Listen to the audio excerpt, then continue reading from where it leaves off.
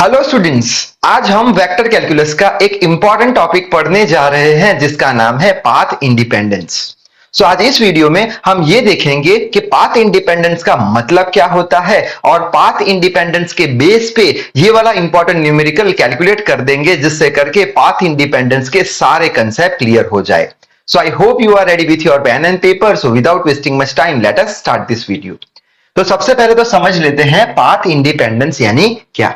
अब path dependence यानी क्या, पाथ पे डिपेंड करता हो। पाथ इंडिपेंडेंस यानी क्या, जो पाथ पे डिपेंड ना करता हो, जो पाथ पे डिपेंड ना करता हो। इसका मतलब क्या हुआ, जैसे कि अगर ये पॉइंट 1 है और ये पॉइंट 2 है, अगर हमें पॉइंट 1 से 2 जाना है तो हम सपोज करते हैं कि हम ये वाले पाथ का यूज करेंगे जिसे हम बोल देंगे पाथ 1। अगर पॉइंट 1 से 2 हमें जाना है तो हमें कुछ वर्क करना पड़ेगा जिसे बोल देंगे हम वर्क डन अलोंग पाथ 1 या वर्क डन बाय पाथ 1 बोल देंगे। ठीक है, उसी तरीके से हम सपोज करते हैं कि ये वाले पाथ का यूज करके भी हम 1 से 2 जा सकते हैं जिसे बोल देंगे पाथ 2। अगर ये पाथ का यूज करके हमें जाना है पॉइंट 2 पे तो हमें कुछ वर्क करना पड़ेगा जिसे हम बोल देंगे वर्क डन अलोंग पाथ 2। उसी तरीके से 1 से 2 हम ये पाथ का यूज करके भी जा सकते हैं जिसे हम बोल देंगे पाथ नंबर 3। वापस से ये पाथ पे अगर हमें जाना है, यहां तक पहुंचना है तो हमें कुछ वर्क करना पड़ेगा जिसे हम बोल देंगे work done along path number 3।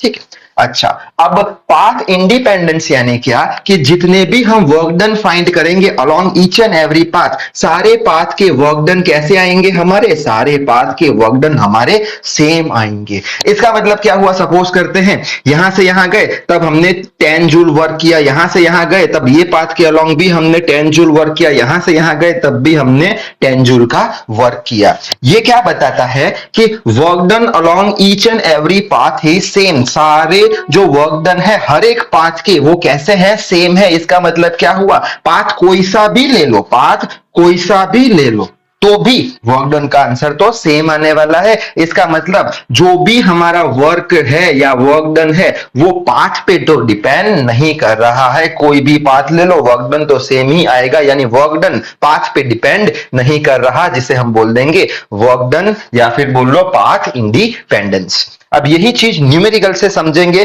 तो और अच्छे से समझ में आएगा। तो न्यूमेरिकल देख लेते हैं। तो न्यूमेरिकल बोर्ड पे लिखा हुआ है पहले से ही।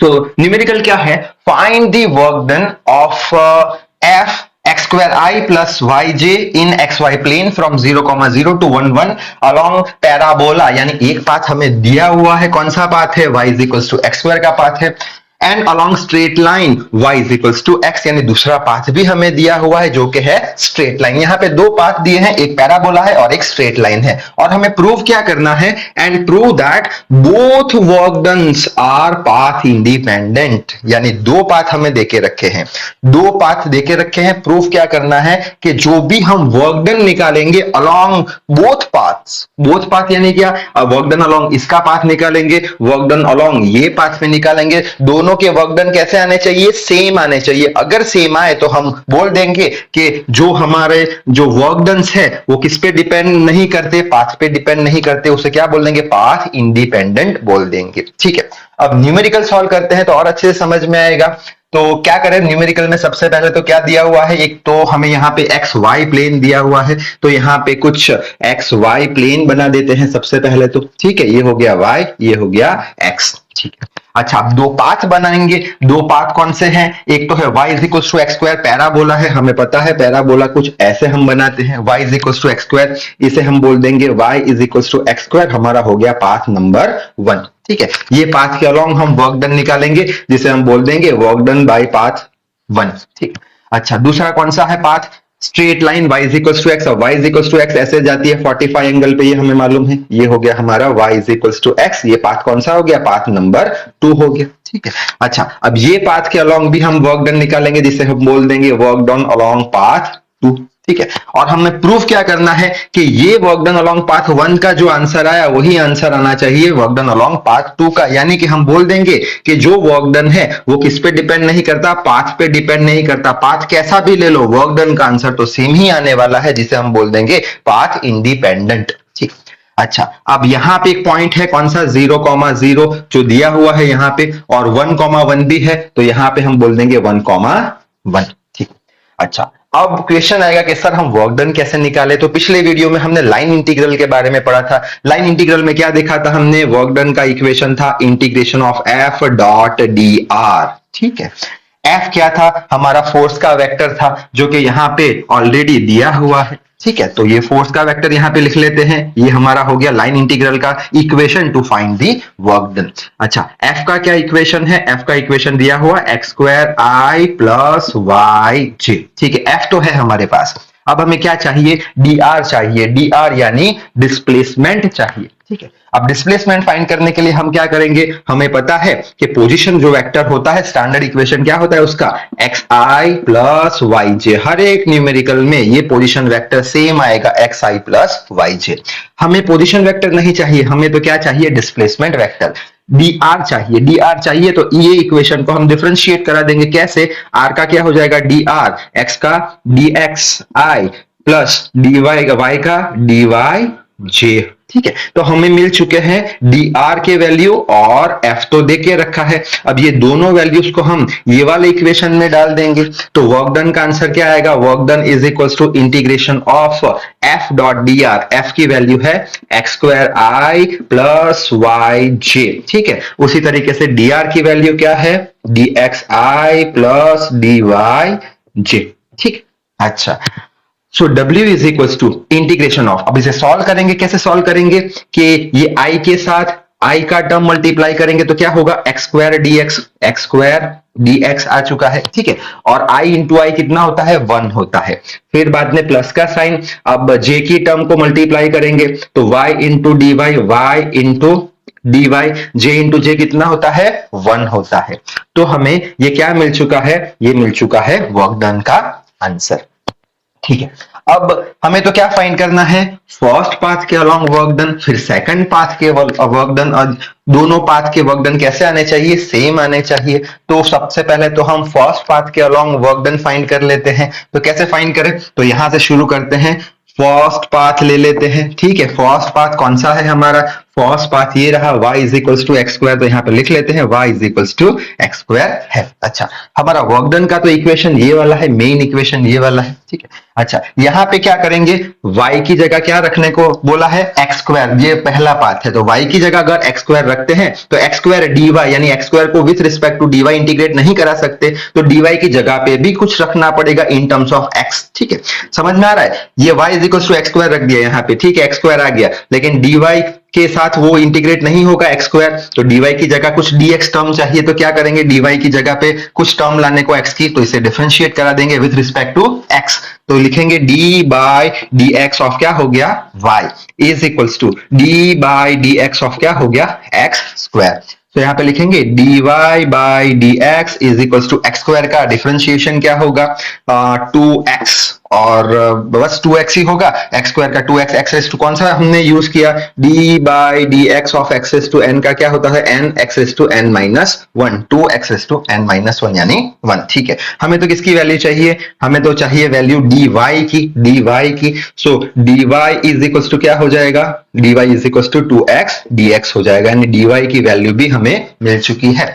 तो हम ये वाले इक्वेशन के अंदर y is equals to X square रख देंगे और dy की जगह 2x dx रख देंगे, तो रखते हैं। So work done is equals to integration of X square dx, तो एज इट इज लिख लिया, प्लस y की जगह क्या लिखना है, एक्स स्क्वायर लिखना है, और dy की जगह क्या लिखना है, dy की जगह हमें लिखना है 2x dx, ये रहा 2x dx। ठीक है, आगे बढ़ते हैं, work done is equals to integration of X square dx plus ये क्या हो जाएगा, 2x का क्यूब आ जाएगा dx। ठीक है, work done is equals to integration of, अब dx कॉमन निकाल सकते हैं हम, तो हम लिख लेंगे X square plus 2x cube और dx कॉमन निकाल दिया। ठीक है, अब क्वेश्चन आएगा सर ये इंटीग्रेशन है वो कौन से लिमिट में करना है, तो हमें पता है इनिशियल पॉइंट कौन सा है 0,0, फाइनल पॉइंट कौन सा है 1,1, तो इंटीग्रेट करा देंगे 0 से लेके 1 में, तो हमें वर्क डन मिल जाएगा फर्स्ट पाथ के along.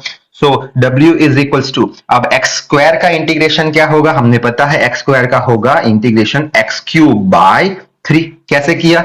Integration of x is to n का क्या होता था? x is to n divide by x is to n plus 1 divide by n plus 1। So x is to n plus 1 divide by n plus 1 x cube by 3 plus 2 तो constant है as it is रहेगा। x cube का क्या हो जाएगा? x is to 4 by 4। Limit दे दो 0 से लेके 1 तक। ठीक है, so work done is equal to, अब क्या करें? Upper limit minus lower limit. Upper limit यानी x की जगह पहले 1 रखेंगे, माइनस करके x की जगह 0 रखेंगे। x की जगह 1 रखो तो क्या होगा? 1 यानी 1/3 plus 2 as it is. x is to 4 है, 1 रखो तो ये भी हो जाएगा 1 सिर्फ divided by 4 minus lower limit x की जगह 0 तो ये 0, x की जगह 0 तो ये 0। ठीक है, आगे बढ़ते हैं तो ये हो जाएगा work done w is equals to 1/3 और ये 2 से कैंसिल होगा तो 1/2 आ जाएगा प्लस 1/2।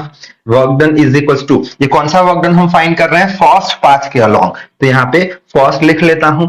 ये कितना हो गया? एलसीएम 6 हो गया। ये ऊपर कितना आएगा? 2 प्लस 3, सिंपल एलसीएम लिया है या फिर बोलो क्रॉस मल्टीप्लीकेशन कर दिया है। So work done along first path कितना आ जाएगा? 5/6। यानी हमें मिल चुका है क्या?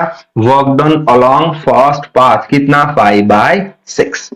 अच्छा, अब हम क्या फाइंड करने वाले हैं? अब हम फाइंड करेंगे work done along second path. ये पाथ से हम वर्क डन फाइंड करेंगे और वो पाथ से वर्क डन हमारा कितना आना चाहिए? वो भी हमारा आना चाहिए 5/6 जितना। तभी हम बोल देंगे कि ये जो वर्क डन है वो पाथ पे डिपेंड नहीं करते, पाथ इंडिपेंडेंट है।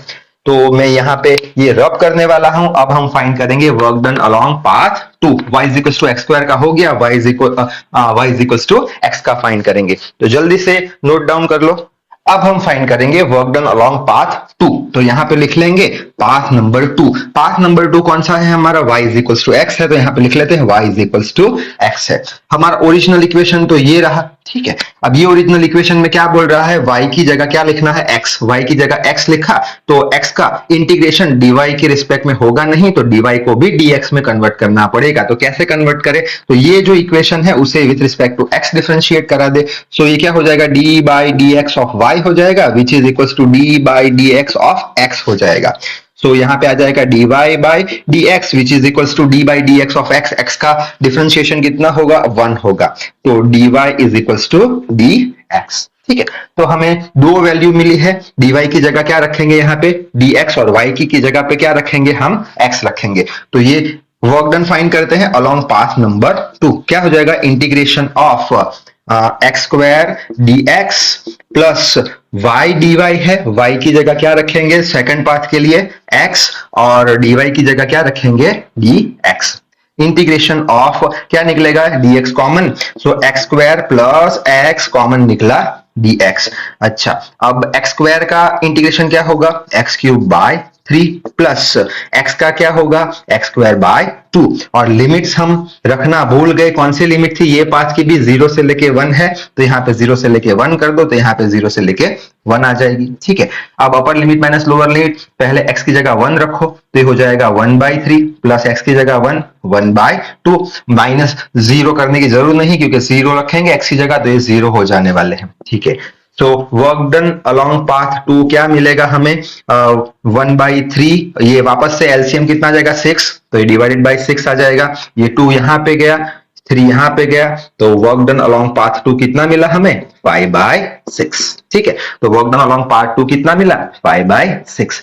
यानी हम बोल देंगे कि दोनों पाथ के अलोंग वर्क डन कैसे आ रहे हैं? वर्क डन आ रहे हैं सेम। यानी वर्क डन जो है वो पाथ पे तो डिपेंड नहीं कर रहा क्योंकि ये पाथ पे भी वर्क डन सेम, ये पाथ पे भी वर्क डन सेम। यानी हम बोल देंगे कि हमने प्रूव कर दिया है क्या? जो वर्क डन है वो पाथ इंडिपेंडेंट है। ठीक है, अच्छा, अब क्वेश्चन आएगा कि सर अब यहां से हम गए, यहां से हम गए तो भी वर्क डन सेम आया, ऐसा क्यों? तो उसका एक रीजन है कि अगर ये वाला जो हमारा वेक्टर है या फिर फोर्स है या फिर फील्ड है वो अगर कंजर्वेटिव है तभी जाके दोनों पाथ के अलोंग वर्क डन सेम आने वाले हैं। अब क्वेश्चन आएगा सर कैसे चेक करें कि ये वाला जो फील्ड है वो कंजर्वेटिव है या नहीं? तो वो बातें हम नेक्स्ट वीडियो में करने वाले हैं। तो इस वीडियो में बस इतना ही। आई होप आपके सारे कंसेप्ट क्लियर हो गए होंगे। So till then read hard, work hard. Thank you very much.